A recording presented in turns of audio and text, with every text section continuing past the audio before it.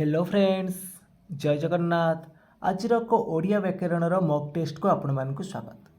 तो आज मक टेस्ट आम डिस्कसन करवा टोटाल 30 प्रश्न जार फुल मार्क होची तुमर 30 मार्क। तो पूरा सिलेबस अनुसार आज मक टेस्ट की प्रस्तुत कराई जो कि तुम प्रतिशब्द, विपरीत शब्द, शुद्ध शब्द, रूढ़ी, समास, संधि, वाक्य, विराम चिन्ह सबुथिरु प्रश्न आसी। तो आज मक टेस्ट आपण मानक निश्चित भाव में आगामी जूनियर क्लर्क ता सहित ओएसएपी आईआरबी एग्जाम बहुत हेल्पफुल कर। तो परीक्षा एमतीका प्रश्न निश्चित भाव में आसब। तो मक टेस्ट आरंभ करने पूर्व मुझे कही रखुच्छी जो मैंने कि चैनल को प्रथम थर पर विजिट करुँच चैनल को सब्सक्राइब कर रखिए। जदि आपण मानक मक टेस्ट भल लगे निश्चित भाव में लाइक करेंगे, कमेंट करेंगे, ता सहित शेयर करेंगे। तो चलतु डेरी नक आज मक टेस्ट को आरंभ करवा। तो आज प्रथम प्रश्न रोचे अतीब। अतीबर संधि विच्छेद कले कौन है? ऑप्शन देखि नबा। ऑप्शन ए रे देछि अतियुक्त इब, एठी देछि अतियुक्त इब। ए दुटा भितर प्रभेद होछि एठी तमर हर्षिका रहिछि, एठी तमर दीर्घिका रहिछि। एटा होछि अतयुक्त इब, एटा होछि अतियुक्त ब। तो सठिक उत्तर कोन आसीबो? अतीब। तो संधि विच्छेद कले कौन आसीबो ना अतियुक्त अति थर हर्षिका रहिबो अतियुक्त इब। तो जो माने कि ऑप्शन नंबर ए चूज करछन्ती सेमानकर ठीक अछि। तो परवर्ती प्रश्न अछि 2 नंबर रे कूलर योग्य अनुकूल। एटा क्यों प्रकार समास? कूलर योग्य अनुकूल दिगु ना द्वंद्व ना अव्ययभाव ना तमरा तत्पुरुष। तो दिगु समास कोठी होइते ना जो जगार संख्यावाचक शब्द प्रथम रहिबो। तो संख्यावाचक शब्द आद्य थाई जो समास होइते सेटा होछि हमर दिगु समास। जिमिति कि हमर नवरत्न है पंच इंद्रिय हिंदी रहा कौन ना अष्टाध्याय, सप्त ऋषि, 49 पवन, दोच्छकी ये सब गुड़िक तुम संख्यावाचक शब्द रोचे। तो ये सब दिगु समास द्वंद्व समास कौन ना द्वंद्व समास हूँ तुम दीटा विशेष्य बा दीटा विशेषण जितेबाला ओ द्वारा संजोग होता है हूँ तुम द्वंद्व समास। जमी तृणघास तृण ओ घास तृण घास। दंपति कौन कौन हम ना तार व्यास वाक्य कले कौन हम जाया ओ पति दंपति। तो ये है आपणकर द्वंद्व समास। आ तत्पुरुष समास कौन ना जो जगार देखो तुम द्वितीय ठारू सप्तमी जाए विभक्ति लगी द्वितीय ठारू सप्तमी जाए विभक्ति लगी से जगार हम तत्पुरुष समास। तो जो विभक्ति लगी से अनुसार से प्रकार समास आमर आसो। धर जो आपणकर अच्छी गोटे कौन ना कौन हंसीर डिंब हंस डिंब तार कौन हंसीर डिंब र लगिला माने आपणकर एटा हो कौन ना षष्ठी तत्पुरुष। धर जो आपणकर देछि विद्या निपुण ना विद्या रे निपुण रे रहिला तो एटा हो सप्तमी तत्पुरुष। तो अव्ययभाव समास कौन देखा ना जो समास पूर्वपद अव्यय होता है एवं से अव्यय अर्थ प्रदान होता है ताको आम अव्ययभाव समास कहते। जानी आमर हूँ जो समास पूर्वपद अव्यय अच्छी कूलर योग्य अनुकूल अनु है अव्ययपद। तो यहाँ आपणकर अव्ययभाव समास। तो परवर्ती प्रश्न देछि क्यों शब्द रे इन प्रत्यय रही त्याग, क्षति, स्थायी, शास्ति। तो क्यों शब्द रे एठी आपणकर इन प्रत्यय रोचे क्यों शब्द रे ना स्तायुक्त इन है आपणकर एठी स्थायी। तो ऑप्शन नंबर सी रे अछि। तो परवर्ती प्रश्न अच्छी आजर्व। आजर्वर प्रकृत प्रत्यय निर्णय कले कौन आसो? ऑप्शन देखि नबा कौन आसो। तो 4 नंबर सठिक उत्तर कौन आसो ना 4 नंबर सठिक उत्तर हो ऑप्शन नंबर सी हो ना रुज युक्त अ आपणकर होची आजर्व। तो परवर्ती प्रश्न रोचे आकाश कुसुम। तो यही रूढ़िर अर्थ कौन? असंभव ना वृथा परिश्रम ना तुम सर्वनाश करवा ना दुख पर दुख। तो आकाश कुसुम आकाशर कुसुम फुटवाटा कौन असंभव।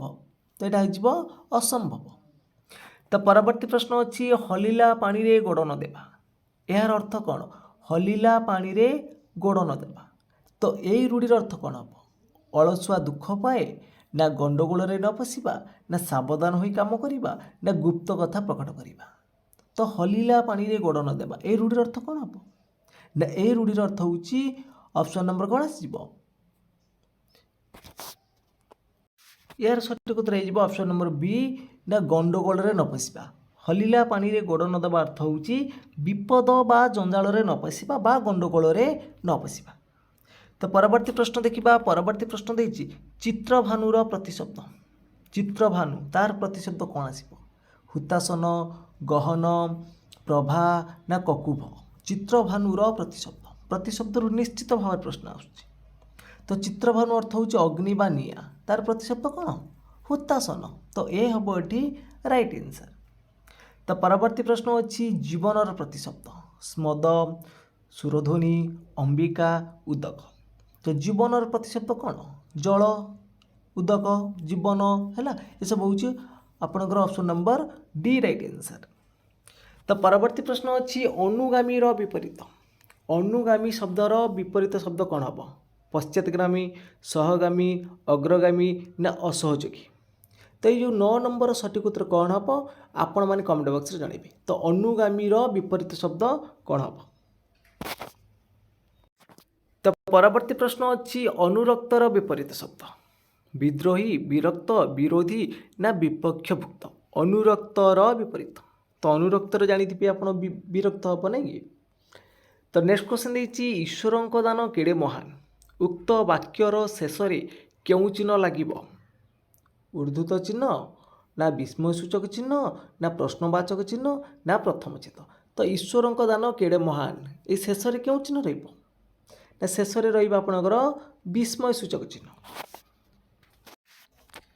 तो परवर्ती प्रश्न अच्छी ठीक बनानयुक्त शब्दटी की बाछिबा। विश्वस्तर शुद्ध रूप कौटा ठीक अच्छी? तो 12 नंबर सठिक उत्तर कौन आसिबो? विश्वस्त हुए आपणकर विश्वस्त देखु मुदनेश रही आपणकर विश्वस्त आपणकर बी ठीक अच्छी। तो परवर्ती प्रश्न देखा सेमती 13 नंबर देखिए कृत्रित्व, उपवित्त, उपरिस्त, गारिमा। तो ठीक बनान कौटा ठीक अच्छी? कौटा ठीक अच्छी?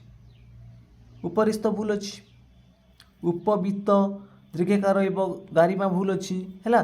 तो कृत्रित्वटा आपणकर ये ठीक अच्छी। तो परवर्ती प्रश्न अच्छी जो छात्र माने परिश्रम करती से परीक्षा कृतकार्य होती? तो सरल वाक्य प्रकाश कर। जो छात्र माने परिश्रम करती से परीक्षा कृतकार्य होती? तो यहाँ जटिल वाक्य अच्छी। तो सरल वाक्य परिणत कले गोटे मात्र समापिका क्रिया आम देखा कौटी अच्छी? ऑप्शन 4टा देखी नवा कौटी अच्छी ना। देखो ऑप्शन नंबर डी रे आपनकर अच्छी ना परिश्रमी छात्र माने परीक्षा कृतकार्य होती? तो ऑप्शन नंबर डी होठी राइट आंसर। तो परवर्ती प्रश्न देती अचिन्हा लोकों को विश्वास करने भूल? तो नास्ति सूचक वाक्य रूपांतरित कर। अचिन्हा लोकों को विश्वास करने भूल ताकू नास्ति सूचक परिणत कले कौन आसिबो? तो ऑप्शन देखि नबा। तो सठिक उत्तर कौन हम? सठिक उत्तर ये ऑप्शन नंबर सी हो आपणकर है। अचिन्हा लोकों को विश्वास करने उचित नुहे। तो परवर्ती प्रश्न अच्छी परीक्षा। परीक्षार संधि विच्छेद कले कौन आसिबो? ऑप्शन देखि नबा। चारिटा ऑप्शन भल भाव देखि नबा। तो परीक्षा सठिक उत्तर कौन आसिबो ना परियुक्त इच्छा पर आपणकर हर्षेकार परी तापर दीर्घई क्षरा आकार परियुक्त इच्छा है परीक्षा। तो ऑप्शन नंबर सी अच्छी राइट आंसर। तो परवर्ती प्रश्न अच्छी खे चरे जे है खेचर। खे चरे जे है खेचर। तो ये आपणकर कौ प्रकार समास?